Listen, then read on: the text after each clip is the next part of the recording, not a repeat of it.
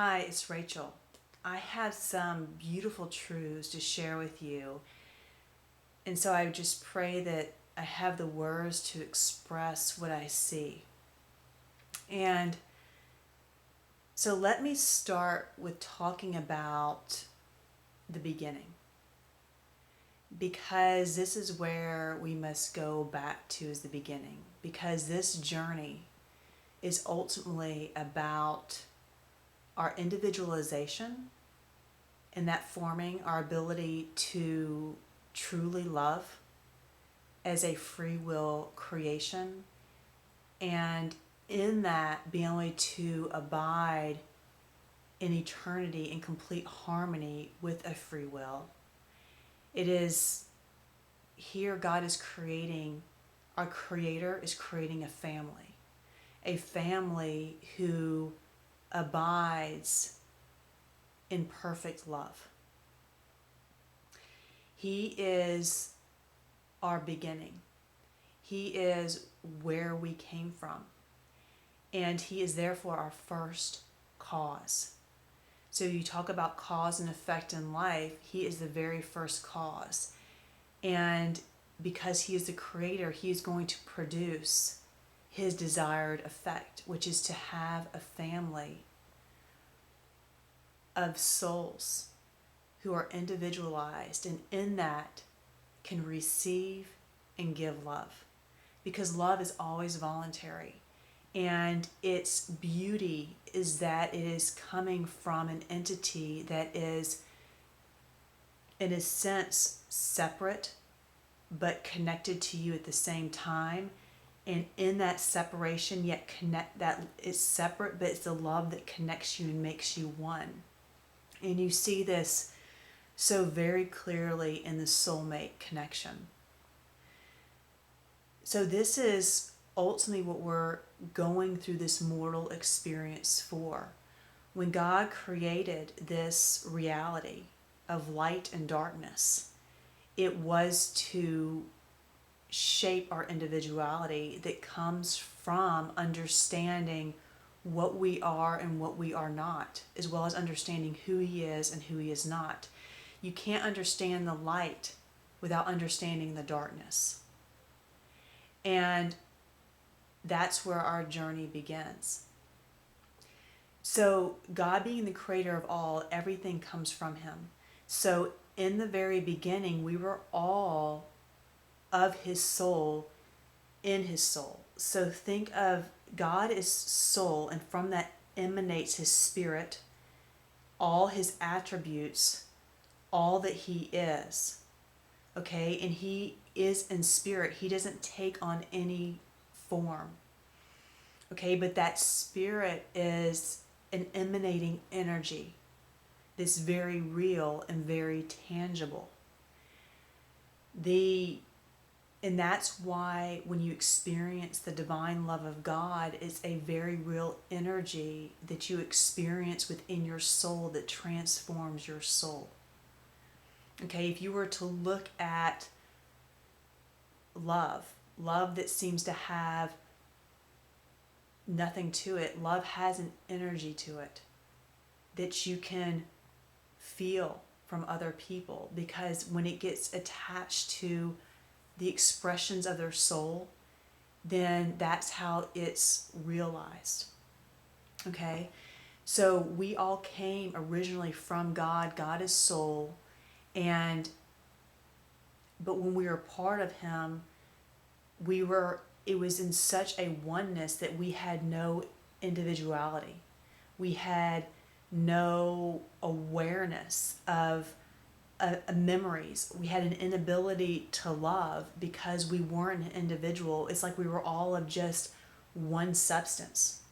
So to create a family of love, there had to be individualization with the ability to choose to love. That's what makes love so beautiful and so powerful, is the choice that resides in it. Okay, the desire to love. That's just a part of love.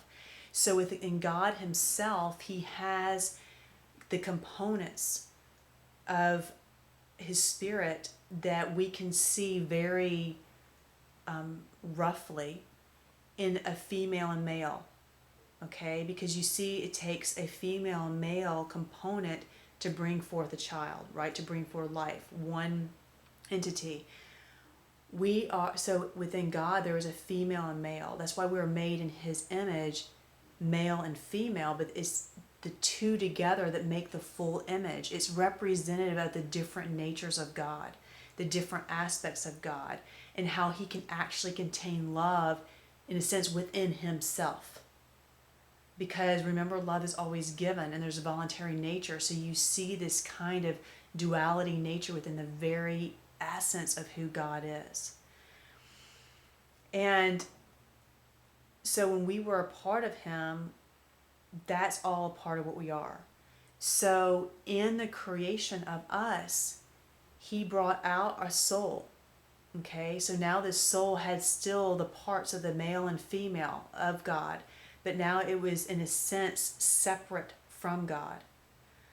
This is how the Creator is creating us, okay, from Himself. And then He took the soul and He divided it into two parts, the male and the female. So then there's another separation. So you have the separation between the two within the soul itself, as well as from the soul of God.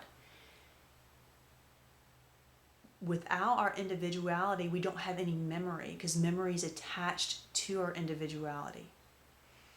So we have no memory of any of this. But what you see is a desperate longing in this world for these two things. To have a union with someone so intimate, like a soulmate, and to have a union with God. Those are like the two strong, driving things in our world, in the humankind race. Okay? And people go about that in a myriad of ways. But that's why, because that's a part of who we are. We came from God, and we have another part of us somewhere out there that's our soulmate. Okay, the other half of us. So now we're coming into this experience in this mortal flesh realm that's a contained realm where we can exercise our free will, and it is an experience of our conscious mind that's being imprinted upon our conscious mind like a dream state. Okay, when you go into a dream, you are entering into a whole different reality. Okay, when we came incarnated souls in the male or in the female, however we came, that's what it's like. We're entering into a dream state to form our individuality. But being in memory, we're forming the memory that creates that individuality. We will always be able to hold our individuality, even though we are one day going to be back one with our soulmate and with the soul of God, but we're going to maintain our individuality when we do that. So when we came forth, we didn't have that. That's what God is creating here. Okay, within this contained environment, this contained reality that we call this mortal experience. So when we go back to this whole plan of God, when we are being born, because we do not yet have our individuality, we are then incarnated into the mortal flesh. Okay, where now we have an exercise when we get to a certain growth of our free will, and our memories start to form. Okay, and our personality starts to form. And in fact, our personality is forming before we're even consciously remembering it. So now we're forming in our personality, in who we are, before we even really have a conscious awareness. I mean, we don't remember when we're born or when we're 1 or when we're 2. I mean, our first memories, maybe 3 years old, 4 years old. Okay, but my point is there's a time when we are shaping in our personality in very significant ways that we have no recollection of. And because of the fact that we're coming into this experience without memory, thus it's a void. It's a blackness, it's an emptiness. Everything about our personality is actually coming out of an origin in our memory, in our understanding of a void, of a separation, of a lack, of a separateness from God. And so now we're trying to find our way back to God because we think we've been separated. But we think that, and it's only a perceived separation because we have no memory of what was.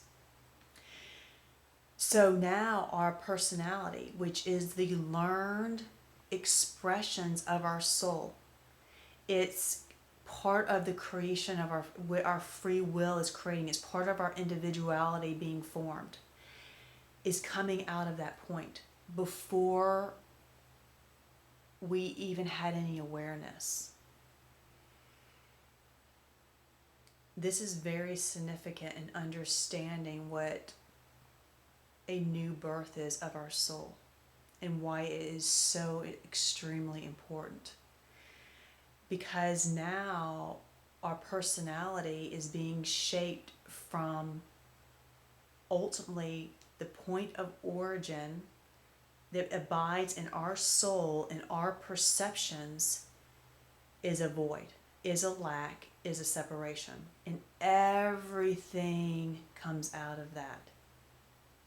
That's why you see in personalities that your personality, all that you are, is tainted with that one speck of dust. And I'll go more into the next video.